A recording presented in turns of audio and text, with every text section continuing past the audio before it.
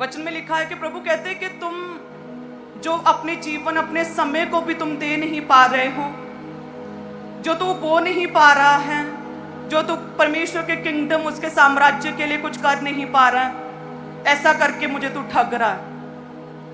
प्रभु कहते जिस रीति से इस्राएली यहूदी दशमांश देते थे, जिस रीति से मूसा ने अपना जीवन दे दिया, प्रभु के कहने पर अब्राहम ने अपना जीवन दे दिया, प्रभु कहते उसी रीति से अपने जीवन को मेरे कामों के लिए, मेरे किंगडम के साम्राज्य के लिए दो। हम प्रभु के वचन में देखते हैं जिन भी लोगों ने परमेश्वर के वचन को फॉलो किया आज्ञाकारिता के साथ, जिन भी लोगों ने परमेश्वर को अपने जीवन में प्रथम रखा, उन्होंने आशीषों पर आशीषें पाई हैं। हम देखते हैं अपने आसपास, आप लोग देखते हैं गवाहियों को, और आप देखते हैं कि ये क्या था, कितनी दुर्दशा में था, कितनी तंगी में था, और प्रभु ने इसे क्या से क्या कर दिया। हम ऐसे मिरेकल्स आज भी देखते हैं लोगों की लाइफ्स में। आप देखते हैं कि कितना ज्यादा ये निर्धन था, कितना ज्यादा ये नीचे था, छोटी जाति से था, निर्धन था, बीमारी में था, प्रभु ने इसे क्या से क्या बना दिया, क्या से क्या कर दिया।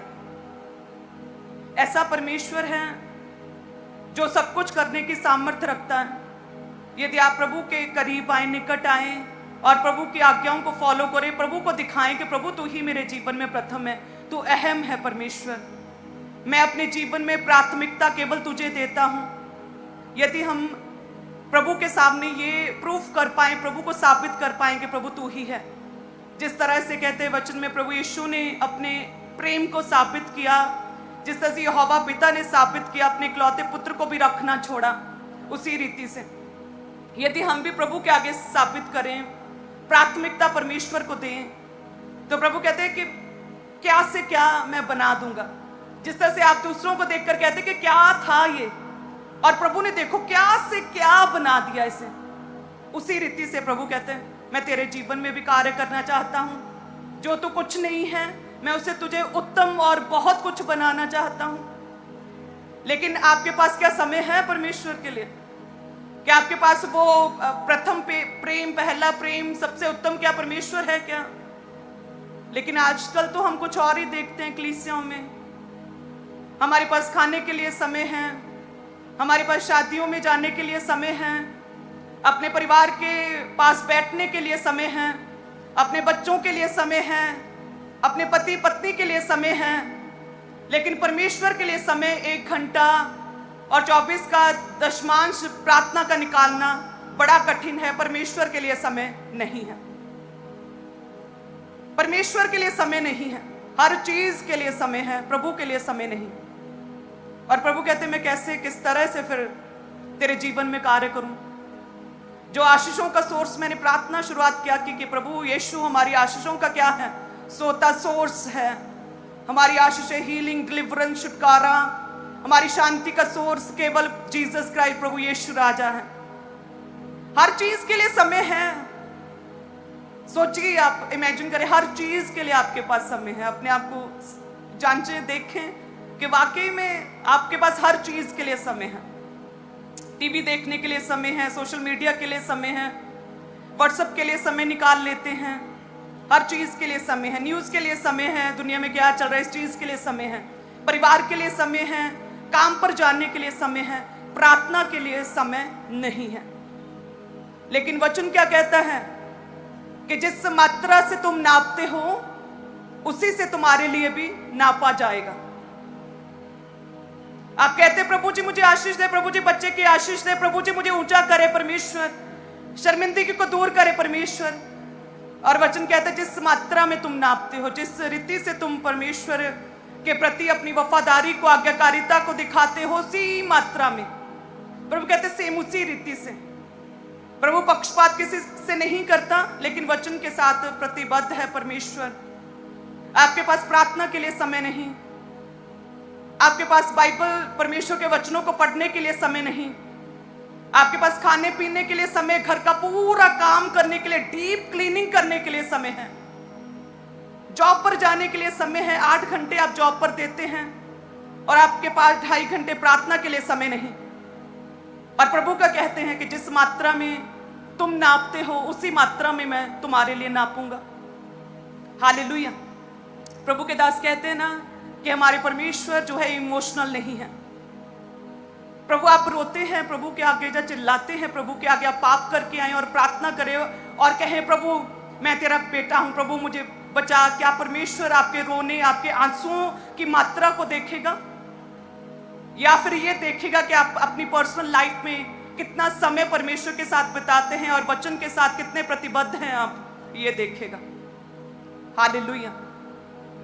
वचन में लिखा हन्ना जो थी उसके बेबी नहीं था और वो परमेश्वर के घर में गई और उसने परमेश्वर के आगे अपने दिल को खोला और वो प्रार्थना करने लगी कि परमेश्वर यदि तू दे तो मैं तेरे कामों के लिए दे दूंगी। और परमेश्वर ने उसकी प्रार्थना को सुना। आप ही की तरह प्रभु के घर में थी और उसने परमेश्वर के साथ वाचा बांधी, प्रतिज्ञा की, परमेश्वर के आगे मन्नत मानी कि यदि तू देगा प्रभु तो तुझे दे दूंगी। एक बड़ी वाचा, एक बड़ी प्रतिज्ञा थी जो आपके पास 2.5 घंटे प्रार्थना करने की वाचा परमेश्वर से बांधी नहीं जाती है। और कहते एक ही था पुत्र और उसने क्या कहा, प्रभु यदि तू देगा तो मैं तुझे दे दूंगी। और परमेश्वर ने उसे देखा, उसकी सीरियसनेस को देखा, उसकी मन्नत को देखा, उसकी प्रतिज्ञा को, उसकी वाचा को देखा, उसे प्रभु के घर में देखा और परमेश्वर ने उसकी प्रार्थना को सुना, उसके पुत्र हुआ। और कहते जब वो थोड़ा बड़ा हुआ तो वो अपने पुत्र को लेकर, क्योंकि उसने मन्नत मानी थी, कहते परमेश्वर के पास ले गई, प्रभु के घर में एली याजक के पास, प्रभु के दास के पास ले गई। और जो एक ही था ना, इकलौता एक ही बेटा, ना कोई और बेटी ना कोई और बेटा था, तब एक ही बेटा, और परमेश्वर के दास को सौंप दिया, प्रभु के आगे अर्पित कर दिया, क्योंकि मैंने परमेश्वर के साथ प्रतिज्ञा की है। कहती क्योंकि मैंने परमेश्वर के साथ मन्नत मानी है। आपको क्या लगता है अपने इकलौते पुत्र को सौंप देना किसी और को, और पूरी लाइफ स्टाइल चेंज हो गया बच्चे का, दूर हो गया अपनी मां से, क्या ये आसान लगता है आपको? अपने पुत्र को दे दिया। लेकिन देखिए वाचा, वचन को पूरा करना, आप कितना परमेश्वर को अपने जीवन में प्राथमिकता देते हैं। आप कहते प्रभु मुझे दे, प्रभु मुझे चंगा कर, मुझे हील कर, मुझे ऊंचा कर। आप कितनी प्राथमिकता परमेश्वर को देते हैं। कहते ना कोई और बेटा ना कोई और बेटी, एक ही पुत्र, और परमेश्वर को दे दिया। और परमेश्वर ने उसे एक बड़ा खुदा का दास परमेश्वर ने बनाया। वचन में लिखा हाबिल और कैन, कहते जो हाबिल था वो भेड़ बकरियों को चराता, पशुपालन करता था, और जो कैन था वो किसान था। दोनों की भेंटों को जब परमेश्वर ने देखा तो एक ने थोड़ा बोया और एक ने अपने जीवन में सबसे उत्तम अनटच्ड और पहला परमेश्वर को दिया। यदि हम प्रभु के वचन में पढ़ें, उत्पत्ति की पुस्तक 4 अध्याय और उसकी 3 से यदि हम देखें, जिसमें लिखा कुछ दिनों के पश्चात कैन यहोवा के पास भूमि की उपज में से कुछ भेंट ले आया। कैन जिसकी भेंट अस्वीकार्य हुई थी, जिसकी भेंट को परमेश्वर ने स्वीकृत नहीं किया, एक्सेप्ट नहीं किया, उसकी बात कर रहे हैं। जिसकी परमेश्वर ने डिनाई किया, जिसकी भेंट को परमेश्वर देख के प्रसन्न नहीं हुआ, उसने गलती क्या की? देखिए कहते कैन यहोवा के पास भूमि की उपज में से कुछ, कहते कुछ भेंट। कुछ का मतलब क्या है? थोड़ा, बचा हुआ, जो अच्छी क्वालिटी का नहीं है, थोड़ा सा अलग पड़ा हुआ, जिसकी खास कोई वैल्यू नहीं, थोड़ा सा कुछ प्रभु को दे दिया। आगे लिखा 4 में, हाबिल भी अपनी भेड़ बकरियों के कई क्या लेकर आया? एक पहलोठे। कई एक पहलोठे यानी कि प्रथम। जब हम अपनी कमाई का 10वां हिस्सा अनटच्ड सैलरी में से 10% प्रभु को देते हैं, जब हम अपनी प्रतिभा को, आप में जो भी क्वालिटी है, जब हम उसे सबसे पहले पूरी एनर्जी के साथ प्रभु को देते हैं, जब हम अपने जीवन को प्रभु को देते हैं, जब वह विचार में नहीं गिरते, अनटच्ड प्रभु के आगे अपने आप को चढ़ाते हैं, पहलोठा, प्रथम, अनटच्ड। हाबिल ने अनटच्ड प्रथम दिया और क्या हुआ हम देखते हैं, हाबिल की भेंट स्वीकार योग्य हुई, स्वीकृत हुई, एक्सेप्ट हुई। और कैन की भेंट जो थोड़ा था, कुछ था, बचा हुआ था, और जिसने ध्यान न दिया बोने के विषय में, उसकी भेंट से परमेश्वर प्रसन्न ना हुए। हालेलुया। आप कहते प्रभु मुझे दे, खुदावन दे। प्रभु कहते तू जिस मात्रा में तू नापता है, मैं इमोशनल परमेश्वर नहीं हूं, जिस मात्रा में तुम नापते उसी से तुम्हारे लिए नापा जाएगा। तू कहता है मेरे पास सब चीजों के लिए समय है, लेकिन प्रार्थना में मन नहीं लगता, प्रार्थना का समय नहीं है। आशीषों का सोर्स परमेश्वर है प्रभु यीशु, आज से उसके लिए समय निकालें। हालेलुया। उस परमेश्वर के लिए समय निकालें। प्रभु का आपका अनटच्ड प्रथम, आपका पहला पहलोठा ऐसा चाहिए जो आप जब दें प्रभु को तो आपको पेन हो, उसकी पीड़ा हो, आपको दुख हो, आप बड़ा एफर्ट्स लगाएं, ऐसा परमेश्वर के लिए देना। अपनी काबिलियत को, योग्यता को देना, अपनी पूरा थके टूटे होना, कई कई दिन सो नहीं पाना, लेकिन फिर भी परमेश्वर के कामों के लिए अपनी योग्यता को देना।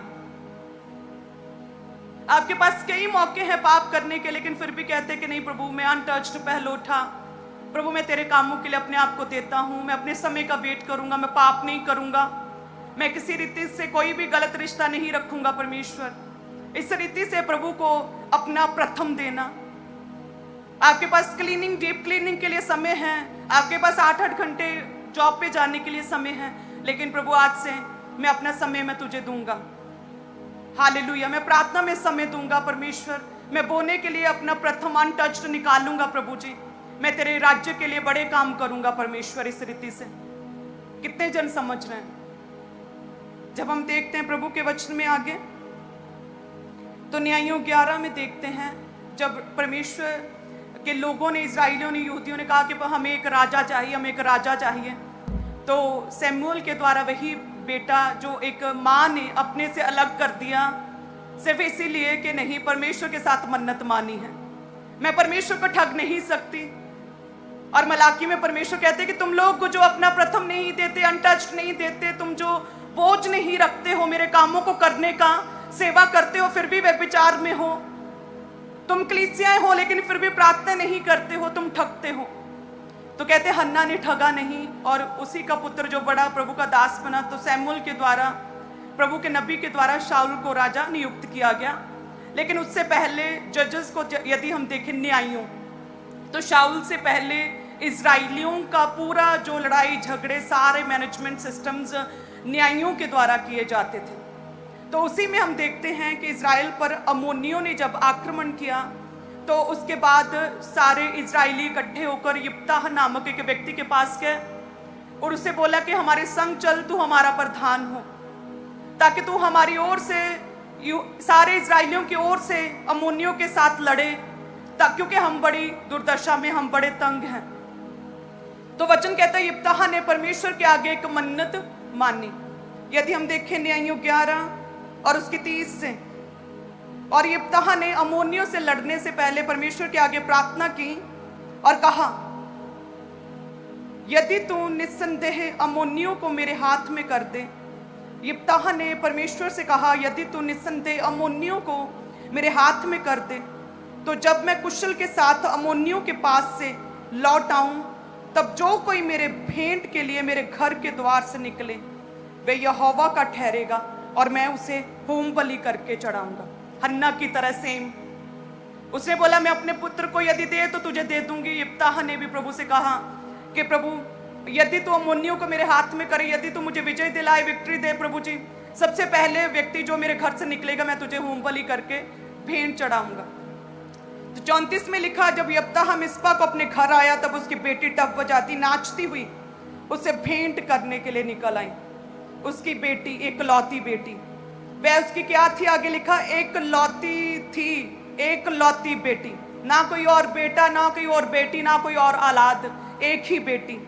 उसको छोड़, उसके ना तो कोई बेटा ना कोई बेटी थी। उसको देखते ही उसने अपने कपड़े फाड़ कर कहा, हाय मेरी बेटी, तूने कमर तोड़ दी और तू भी मेरे कष्ट देने वालों में हो गई, क्योंकि मैंने यहोवा को वचन दिया है और उसे टाल नहीं सकता हूं। और कहते उसने अपनी इकलौती बेटी को परमेश्वर के लिए दे दिया। सोचिए, इतने बड़े बड़े सैक्रिफाइस, और आज परमेश्वर कहते कि मैं किसी भी बलि, किसी होम बलियों और किसी भी तरह की बकरों बैलों की बलियों को नहीं मांगता, क्योंकि प्रभु कहते मैं क्रूस पर अपनी जान एक ही बारी में दे दी, एक ही बार बलिदान कर दिया गया हूं। तो क्या आप इतने स्वार्थी हो गए हैं कि अपना समय नहीं दे सकते परमेश्वर को? प्रभु कहता कि मुझे होम बलियां नहीं चाहिए, बलियां यिप्ता की बेटी इकलौती बेटी देती मुझे नहीं चाहिए। अब हन्ना ने अपने पुत्र को दे दिया, कहते मुझे अब नहीं चाहिए। प्रभु कहते तो क्या इतने स्वार्थी कलीसियाएं हो गई कि अपना समय का दशमांश, प्रार्थना का दशमांश नहीं दे सकते? क्या इतनी स्वार्थी कलीसियाएं हो गई कि अपने बोने, अपनी कमाई के 10वें हिस्से को और हम अब प्रभु के राज्य के लिए एक बड़े बीज को नहीं दे सकते? क्या इतने स्वार्थी हो गए? क्या हमारा बोना, हमारा प्रार्थना उस इकलौती बेटी यिप्ता की बेटी से अधिक है क्या? हालेलुया। आप कहते प्रभु तू जिस मात्रा में नापता उसी मात्रा में मुझे दे दे, तो अपने आप को जांचे और देखे कि माइनस में जाएगा फिर। हालेलुया। आज से अपने जो अकाउंट्स है ना, आत्मिक अकाउंट्स, उन्हें प्रार्थना के द्वारा, बोलने के द्वारा, पवित्रताई के द्वारा, आज्ञाकारिता के द्वारा आज से अपने अकाउंट्स को, स्पिरिचुअल बैंक अकाउंट्स को भरना शुरू करें। हालेलुया। सब कलीसिया कहें आमीन। अपने बीजों को बोएं, कृपया अपने बेस्ट बीज को आज निकालें। सभी कलीसिया अपने हाथों में अपने बेस्ट को, बड़े को, प्रथम को, अनटच्ड को, और जितने नहीं ले आ सके आज वो प्रभु के आगे प्रार्थना करे, वायदा करे, मन्नत माने। प्रभु कहता आज मैं बैलों बकरों की बलि, पुत्रों की बलि, पुत्रियों की बलि नहीं चाहता हूं। लेकिन प्रभु हम स्वार्थी नहीं, हम तुझे ठगते नहीं कहें परमेश्वर। अपने बेस्ट बीज को आज देते हैं परमेश्वर, अपनी लाइफ के बेस्ट बीज को स्वयं खुद में भी परमेश्वर कहें प्रभु अपने बेस्ट को चढ़ाते हैं प्रभु तेरे सम्मुख, तेरे कामों के लिए, ताकि जब तू हमें जांचे परखे तो प्रभु जी हम मात्रा में कहीं अधिक निकले परमेश्वर, और अधिक मात्रा में तू हमें दे पाए परमेश्वर। मलाकी में लिखा सारे दशमांश भंडार में ले आओ कि मेरे भवन में भोजन वस्तु रहे। सेनाओं का यहोवा ये कहता कि ऐसा करके मुझे परखो कि मैं आकाश के झरोखे खोलकर तुम्हारे लिए अपरंपार आशीषों की वर्षा करता हूं कि नहीं। मैं तुम्हारे लिए नाश करने वालों को ऐसा खुड़कूंगा कि वे तुम्हारी भूमि की उपज नष्ट ना करेंगे, तुम्हारी दाखलताओं के फल कच्चे ना गिरेंगे। सेनाओं के यहोवा का यही वचन है। सब कलीसिया कहें आमीन। हालेलुया। अपने हाथों को उठाएं परमेश्वर। आज जितनी कलीसिया अपने बेस्ट को, अपने प्रथम को और प्रभु जी एक बड़े बीज को तेरे कामों के लिए, तेरे किंगडम के लिए देती हैं, जितनी कलीसियां वायदा करती हैं प्रार्थना में समय बिताने का, बाइबल रीड का, पवित्रताई में बने रहे, आज्ञाकारिता का वायदा करती प्रभु, बड़े बीज को बोने का वायदा करती हैं परमेश्वर। सच में ये तुझे ठगती नहीं और ये स्वार्थी कलीसियां नहीं है। इन्हें छुए, इन्हें ब्लेस करे प्रभु जी। इनके बोने के द्वारा जब तेरे भवन के काम पूरे हों तो प्रभु इन्हें याद करें, अद्भुत रीति से इन्हें याद करें परमेश्वर, और इनकी तंगियों का, घटियों, दुर्दशा का हल करें परमेश्वर। इन्हें छुए, ब्लेस और पाक पवित्र करें परमेश्वर। खुदाबंद अपने आशीषों के झरोखे इनके जीवनों में खोलें परमेश्वर। इस रीति से एक एक जन को याद करें परमेश्वर। जितनी कलीसियां आज तेरे भवन, तेरे राज्य के लिए बोएं परमेश्वर, तो इन्हें याद करे परमेश्वर। हम मांगते प्रभु यीशु के नाम में, आमीन। अगर ये वचन आपको आशीष दे रहा है तो इसे अपने जीवन में अपनाइए और दूसरों तक भी जरूर पहुंचाइए। याद रखें, केवल यीशु ही जीवन का सच्चा मार्ग, सत्य और जीवन है। अगर आप चाहते हैं कि परमेश्वर का वचन रोज आपके दिल तक पहुंचे तो हमारे चैनल को सब्सक्राइब करें, वीडियो को लाइक करें और बेल आइकन दबाना ना भूलें।